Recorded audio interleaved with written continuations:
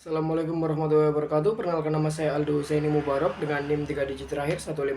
Di sini saya akan membuktikan teorema 11.8 di mana berbunyi dua ruas garis singgung pada garis lingkaran dari titik luar adalah kongruen yang membentuk sudut-sudut kongruen dengan garis yang menghubungkan titik di luar lingkaran dengan titik pusat lingkaran. Jadi kita ketahui ada lingkaran.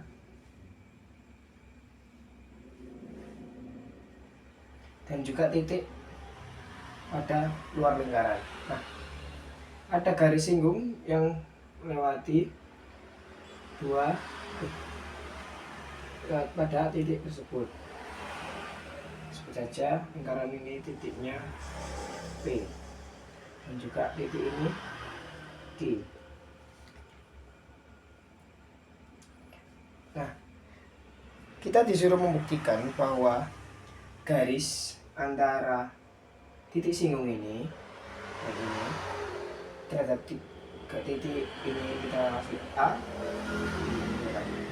bahwa AQ dan juga BQ itu kongruen, dan juga garis sudut yang dibuat oleh AQP dan juga BQP itu kongruen. Nah, kita dapat buat garis jari-jari dari titik singgung antara A dan B. Nah, sedemikian sehingga itu bahwa garis singgung itu tegak lurus dengan jari-jari. Nah, berdasarkan teorema hipotenusa kaki, yaitu sisi-sisi sudut, kita ketahui bahwa sisi PQ kongruen dengan dirinya sendiri, dan juga PB itu kongruen dengan PA. Karena apa? Karena mereka itu jari-jari, yaitu memiliki panjang yang sama, jadi mereka kongruen.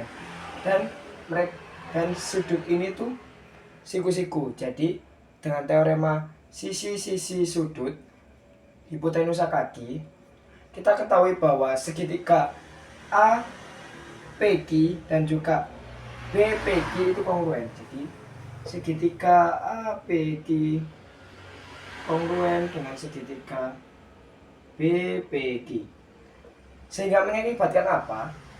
Sisi-sisi dan sudut-sudut yang bersesuaian itu memiliki besaran yang sama.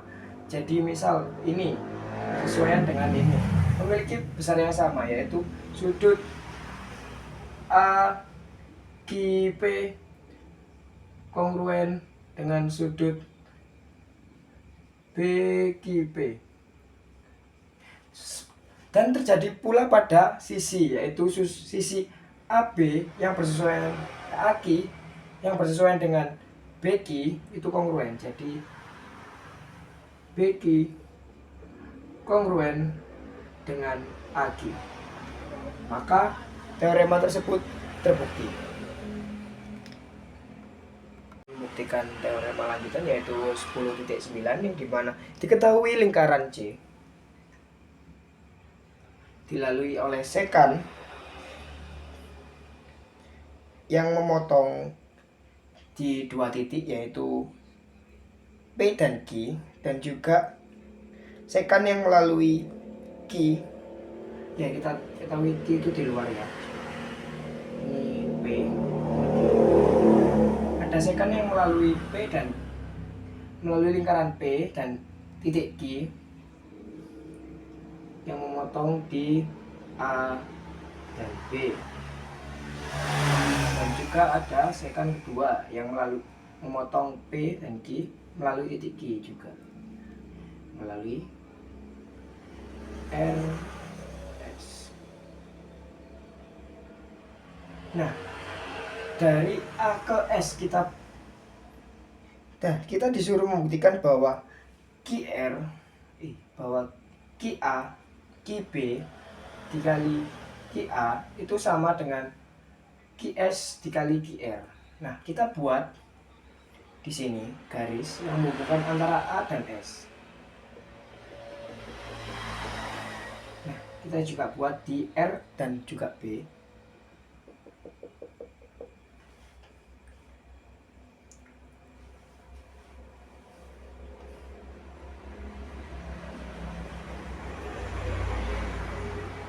Nah, kita ketahui bahwa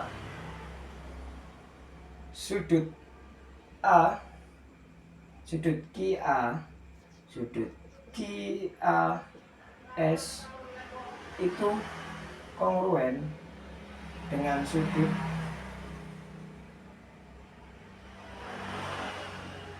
QRB. Karena apa? Karena mereka menghadap ruas yang sama. Nah, selanjutnya kita ketahui bahwa Q itu reflektif terhadap dirinya sendiri. Jadi kita ketahui bahwa segitiga AQS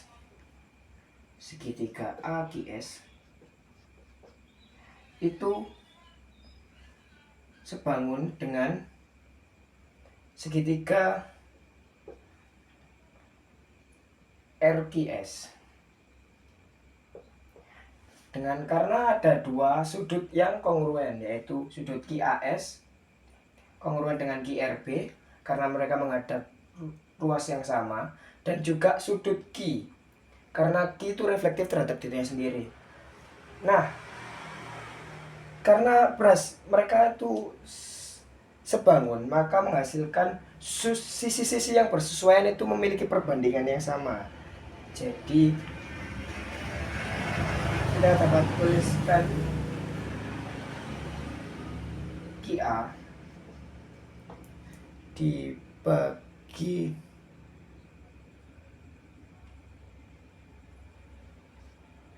QT itu sebanding QA dan QR itu sama dengan QB bagi QS. Nah, karena ini mereka itu sebanding, mereka dapat dikalikan sehingga QS dikalikan QA itu sama dengan QB dikalikan QR. Maka teorema tersebut terbukti. Terima kasih. Dan teorema lanjutan yaitu 11.10 diketahui ruas garis QT pada lingkaran dan sekan melalui Q memotong lingkaran di R dan S. Maka QR kali QS sama dengan QT kuadrat. Jadi kita punya lingkaran Q. Lingkaran kita kasih nama J.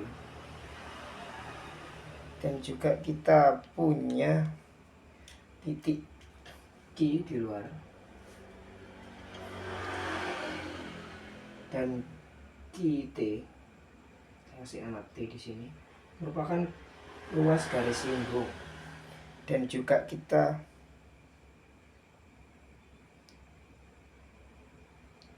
punya esekan yang melalui Q. Ini Q lagi. Itu memotong di RS, R dan juga S. Nah, kita disuruh membuktikan bahwa QR dikali QS itu sama dengan QT kuadrat. Nah, kita buat garis yang menghubungkan titik S dan ke T.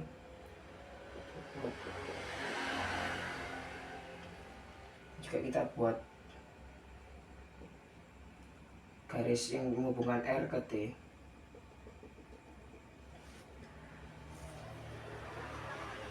Nah, dari gambar ini kita dapat simpulkan bahwa sudut QST kongruen dengan sudut RTQ. Kenapa? Karena sudut QST merupakan sudut keliling yang menghadap rusuk QR, dan juga sudut RTQ merupakan sudut yang dibuat oleh sekan RT dan juga garis singgung TQ yang mereka keduanya merupakan memiliki besaran yang sama, yaitu setengah dari rusuk QR. Jadi kita dapat tulis bahwa QST dan juga RTQ itu merupakan sudut yang sama atau kongruen. Nah, selanjutnya kita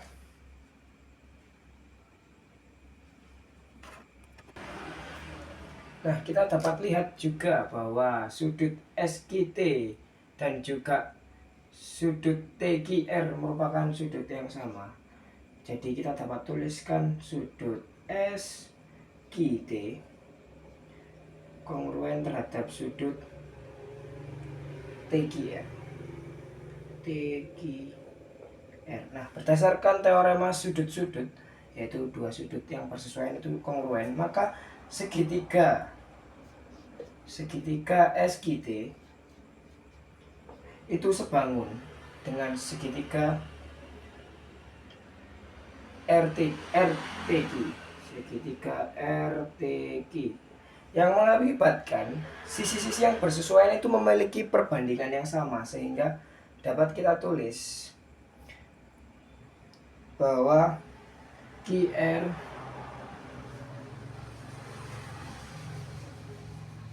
per QT itu sama dengan QT per QS. QT per QS. Nah, kita kalikan silang menjadi QS kali QR itu sama dengan QT kali QT atau QT kuadrat. Sehingga bahwa teorema 10.11 itu terbukti. Baik, terima kasih.